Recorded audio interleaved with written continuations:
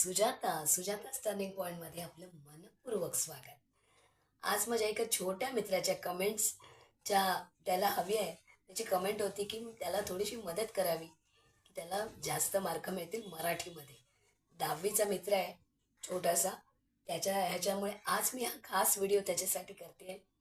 तर प्लीज तुम्हाला पण मदत होईल, तुम्ही पण जरूर ऐका. आपण जेव्हा निबंध लिहितो किंवा आपल्याला काव्यलेखन असतं किंवा आपल्याला काही जसं की भाकरीचा चंद्र आहे, तर भाकरीचा चंद्र कोणी लिहिला ते हे सगळ्यांना माहीत नसतं. आपण काय करायचं? नारायण सुर्वे हे मला माहिती, त्यांना माहिती असतं ज्यांना जे तुमचे चेक करणं. पण कधी कधी आपलं स्किप होऊन जातं. तर जेव्हा तुम्ही अभ्यास कराल ना 10वीच्या मराठीच्या पुस्तकाचा, तेव्हा सगळ्यात पहिलं काय काम कराल तर अनुक्रमणिका चेक करा. अनुक्रमणिकेमध्ये दिलंय की जर बघा भाग 1, भाग 2, भाग 3 आणि भाग 4 असे दिले. तिथे आहे ना प्रत्येक ह्याच्या खाली आता जसं की तू बुद्धी दे ही प्रार्थना आहे, ती त्याचं कोणी लिहिलंय? गुरु ठाकूर आहे. संतवाणी आहे, अंकिला मी दास तुझा संत नामदेव आहे. तर तुम्हाला जेव्हा अंकिला मी दास तुझा ह्याच्यावर काही प्रश्न विचारले तर सगळ्यात पहिलं लिहायचं की संत नामदेवांनी लिहिलंय आणि मग सुरुवात करा. तुम्हाला तुमचे मार्क पूर्ण मिळणार. कारण तो चेकरना चेक करतात की तुम्हाला नॉलेज किती आहे. ते हेच मला शेअर करायचं होतं.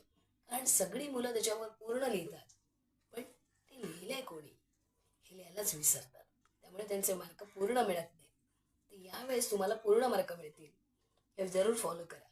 शाल आहे राग जाधव यांनी. शालमध्ये खूप सुंदर आहे.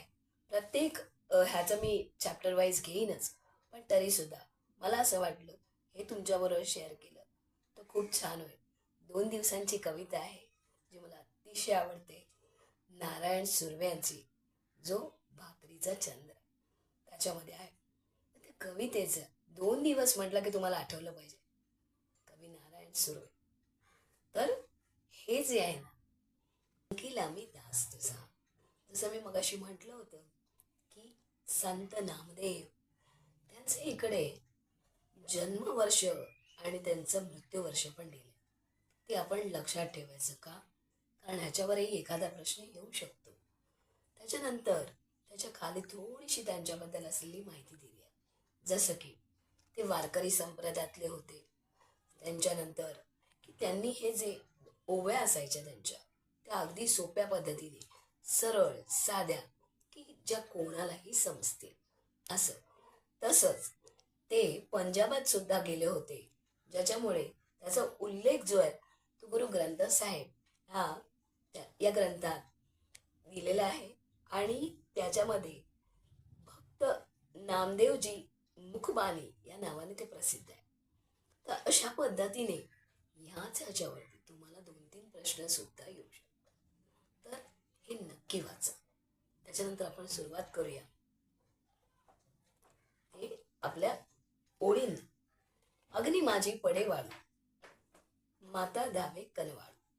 आता याचा अर्थ कसा लिहायचा तर याच्यामध्ये लिहिताना असं लिहायचं, संत नामदेवांनी विठ्ठलाच्या दर्शनाची याचना करत असताना म्हटलंय की जर एखादे बाळ चुकून अग्नीत पडलं तर त्या बाळाची आई व्याकुळ होऊन त्याच्या रक्षणासाठी धावते.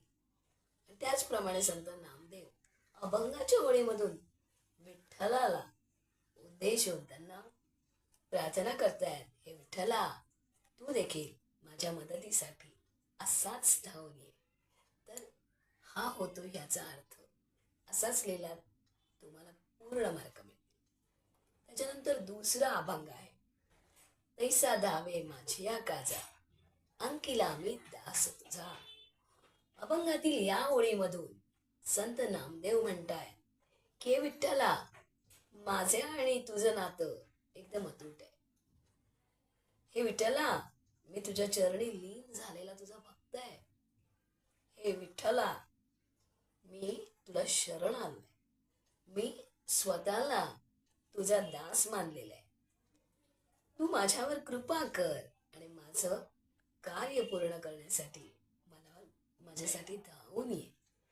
हे या ओळीचा अर्थ होतो. आता तिसरी ओळ आहे, ती आहे सर्वेची झेपावे पक्षिणी पिल्ली पडताची धरणी. अभंगातील या ओळीमधून संत नामदेव म्हणतात, जसे पक्षिणी आपल्या पिल्लांसाठी जेव्हा चारा जमवायला जात असते, शोधत असते चारा, तेव्हा ती उंच भरारी घेते आकाशात आणि ती शोधत असते, तेव्हा तिचं लक्ष तरी सुद्धा आपल्या पिल्लांकडे असतं. आणि जर चुकून कधी तिचं एखादं पिल्लू त्या घरट्यातून बाहेर पडत असेल तर ती काय करते, ती लगेच धावून त्या पिल्लाच्या दिशेने झेप घेते आणि पिल्लाचं रक्षण करते तर आणि त्याचे प्राण वाचवते. तर हा आहे ह्या ओळीचा मग अभंगाचा या ओळीचा अर्थ. तर अशा पद्धतीने तुम्ही लिहू शकता. भुकेले वात्सरावे धेनु उमरत धावे. अभंगातल्या या ओळीमधून संत नामदेव म्हणतात की जेव्हा एखादे वासरू भुकेने व्याकुळ होते आणि आपल्या आईला शोधत असते, आवरत असते, तेव्हा वासराच्या आवाजाने ताबडतोब ती गाय त्याला प्रतिसाद देत आपल्या वासराच्या दिशेने धावत येते. विठ्ठलानं देखील नेमक्या याच वात्सल्याने आपल्यावर मातृप्रेमाची कृपा करावी असं म्हटलंय. आता वणवा लागला सेवनी पाडस चिंतित हरणी. संत नामदेव या अभंगातल्या ओळीतून म्हणतात की जंगलात जेव्हा निसर्गतः आग लागते तेव्हा त्याला वणवा पेटणे असं म्हणतात. जंगलात वणवा पेटल्यावर जंगल जळून खाक होतं. अशा वेळेस हरणीचं